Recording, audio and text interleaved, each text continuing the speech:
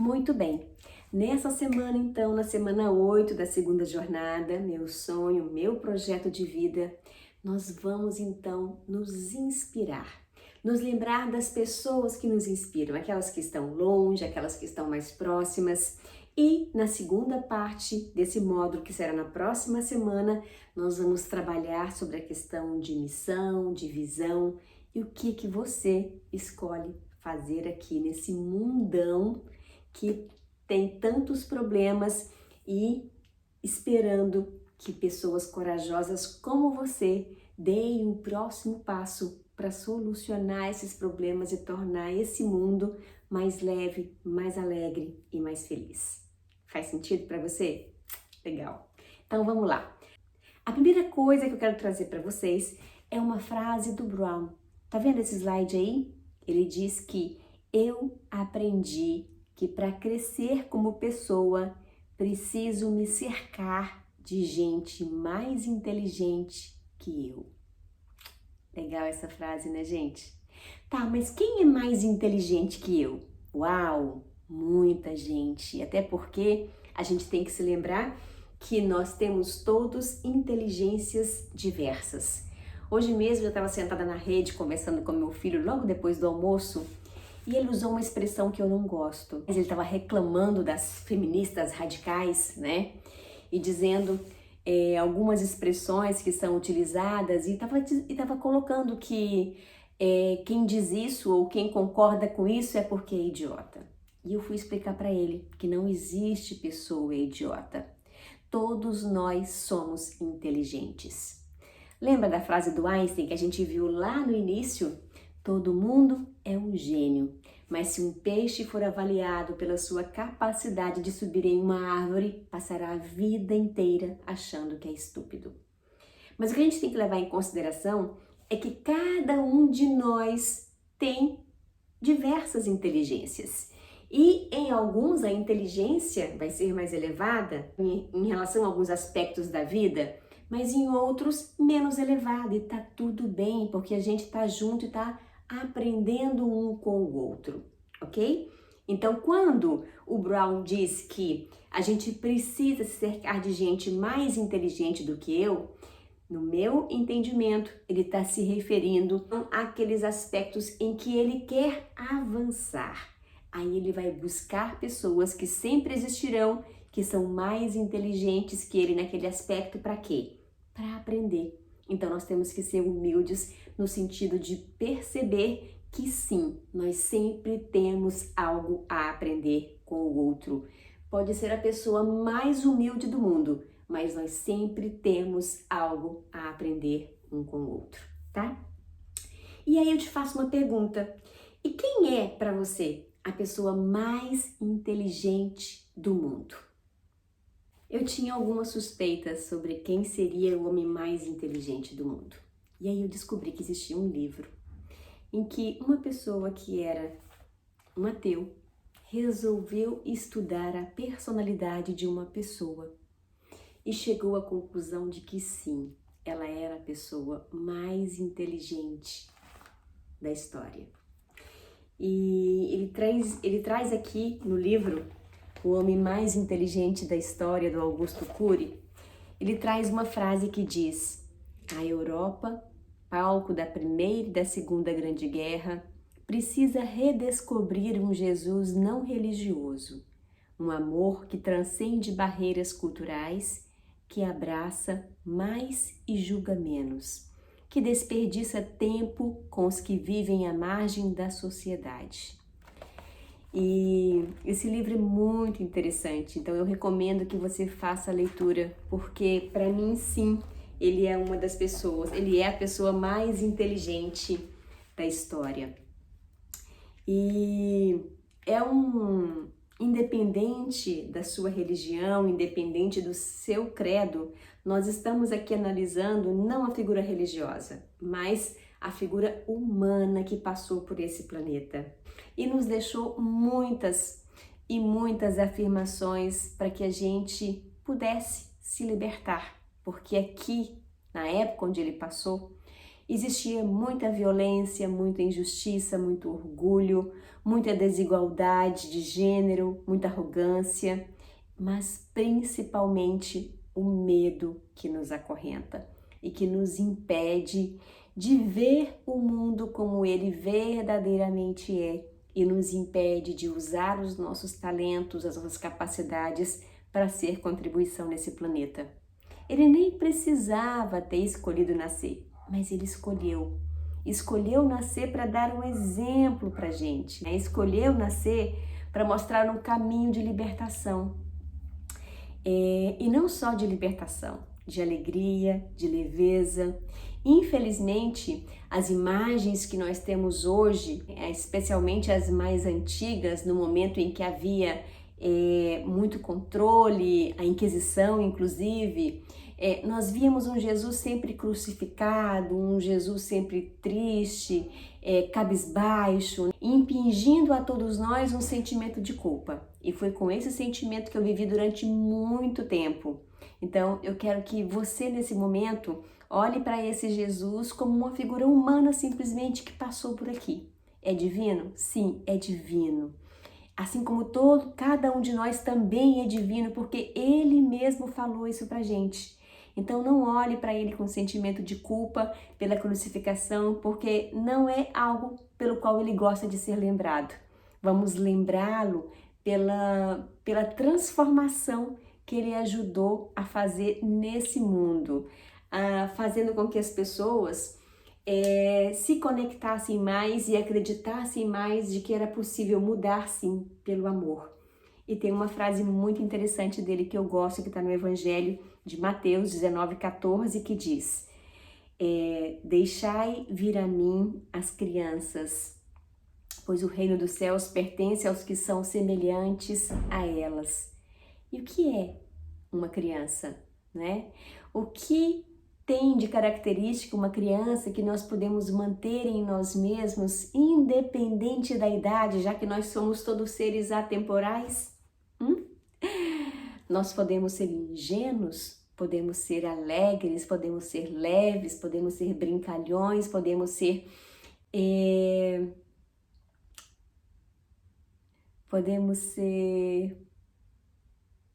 Esqueci a palavra. Nós podemos... Gente, qual que é a palavra? Nós podemos ser...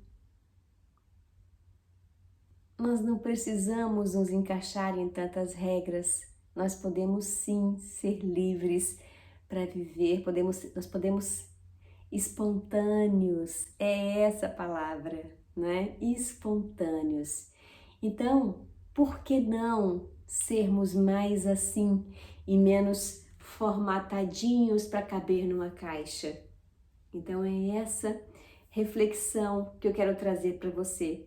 A reflexão que Jesus nos trouxe contando histórias das maneiras mais simples para qualquer pessoa que queria ouvi-lo. Usando parábolas para que a gente não se esquecesse e pudesse recontar essas histórias. Então tudo isso que ele fez, inclusive morrer na cruz, foi para nos mostrar que nós não precisamos ter medo da morte. Foi para nos mostrar que quando a gente morre, a gente volta para o Pai, um Pai amoroso, cheio de amor, que nos criou. Porque assim como Ele é luz e amor, e nós fomos criados à sua imagem e semelhança, em essência, nós também somos luz e amor. Então, uma vez que morremos aqui, a gente simplesmente volta para esse Pai amoroso que é o campo.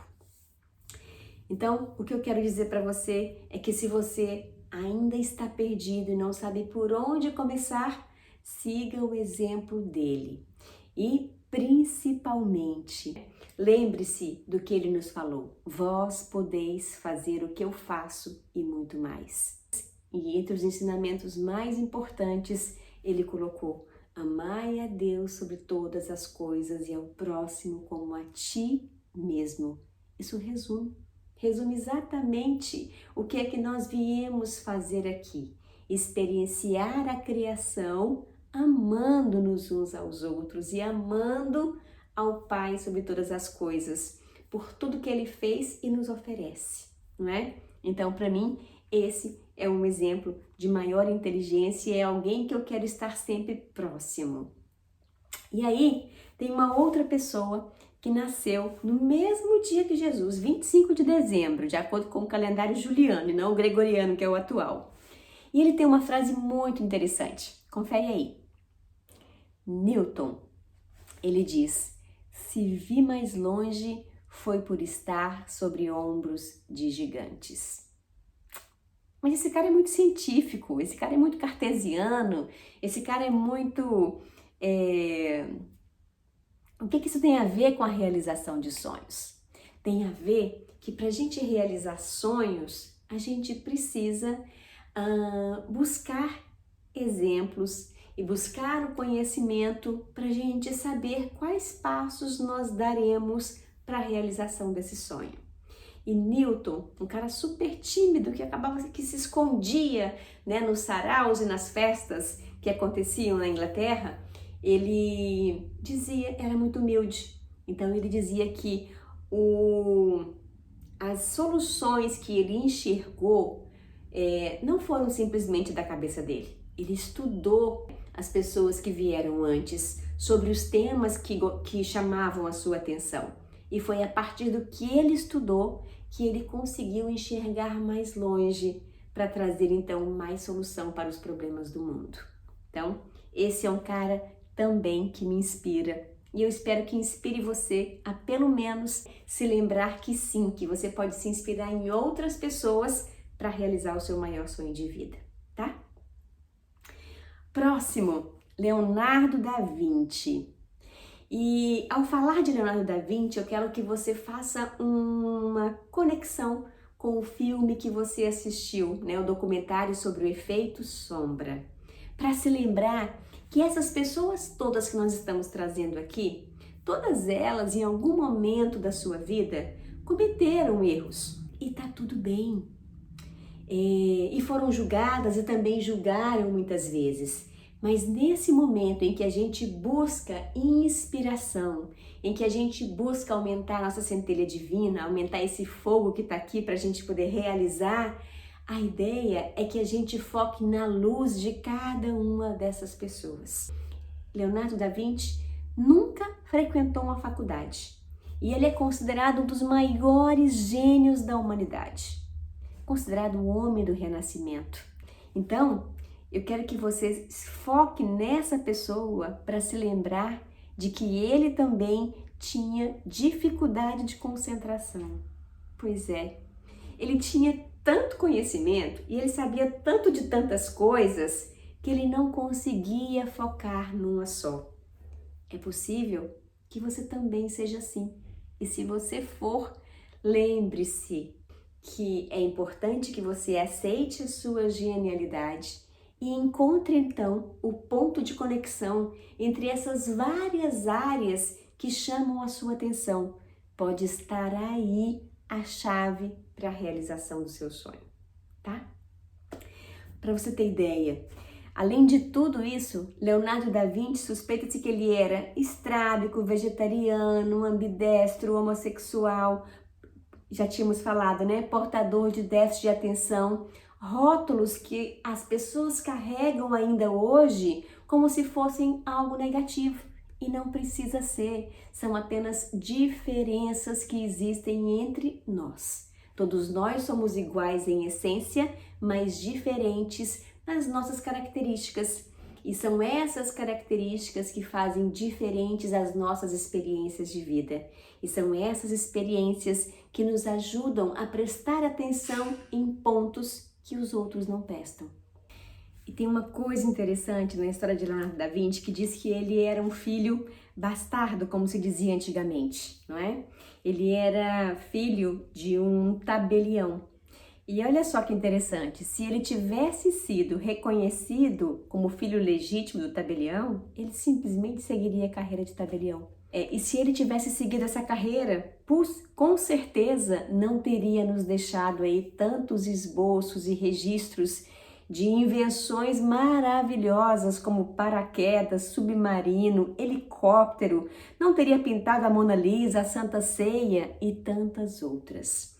Então lembre-se que na verdade aquilo que você pode estar escondendo é o que pode estar trazendo luz para a sua vida e para esse planeta, né? Nada é por acaso. Pensa sobre isso, tá? Ok. E a próxima pessoa que nos inspira é uma pessoa tão doce, tão linda, gente. Eu sou apaixonada por ela. Até porque ela parece com a minha vozinha Rosa, que morreu com 103 anos.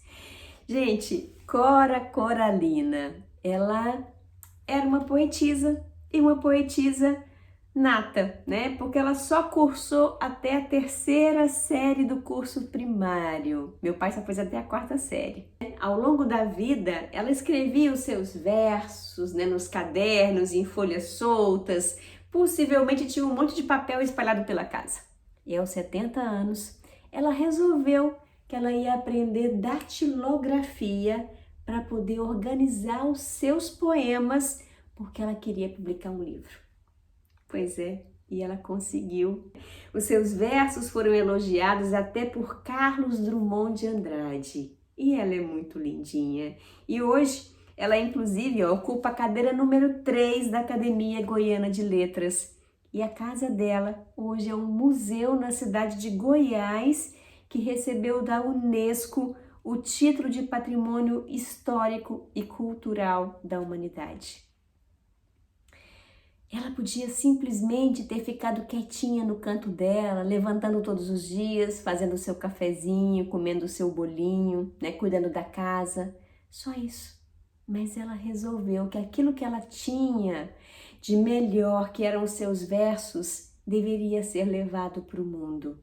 E hoje ela inspira tantas pessoas com os seus versos tão leves, alegres e doces, sobre as coisas simples e cotidianas da vida. Então, eu quero que você se lembre dela também para se inspirar. E agora, eu quero mostrar para vocês, vou trazer aqui um vídeo. Aliás, eu não vou trazer aqui, eu vou colocar ele aqui embaixo para que você possa assistir, tá? E é um livro de uma pessoa admirável, um ex-catador de latinhas, que hoje fatura mais de 50 milhões por ano. Gente, a história dele é muito linda, é muito legal e me faz lembrar aquelas pessoas que vivem reclamando das coisas que acontecem com elas. Ele enxergou oportunidade em um acidente entre os dois bens mais preciosos materiais que ele tinha, não é? E fez com que ele criasse uma indústria que hoje faz do mundo um lugar melhor, porque também tira as latas velhas grandes, como ônibus e caminhões, das ruas. Então ele também faz reciclagem. E é admirável, eu até sigo ele no Instagram e é muito legal acompanhar as postagens do Geraldo Rufino. Um amor de pessoa. Assista o vídeo que você vai gostar, tá?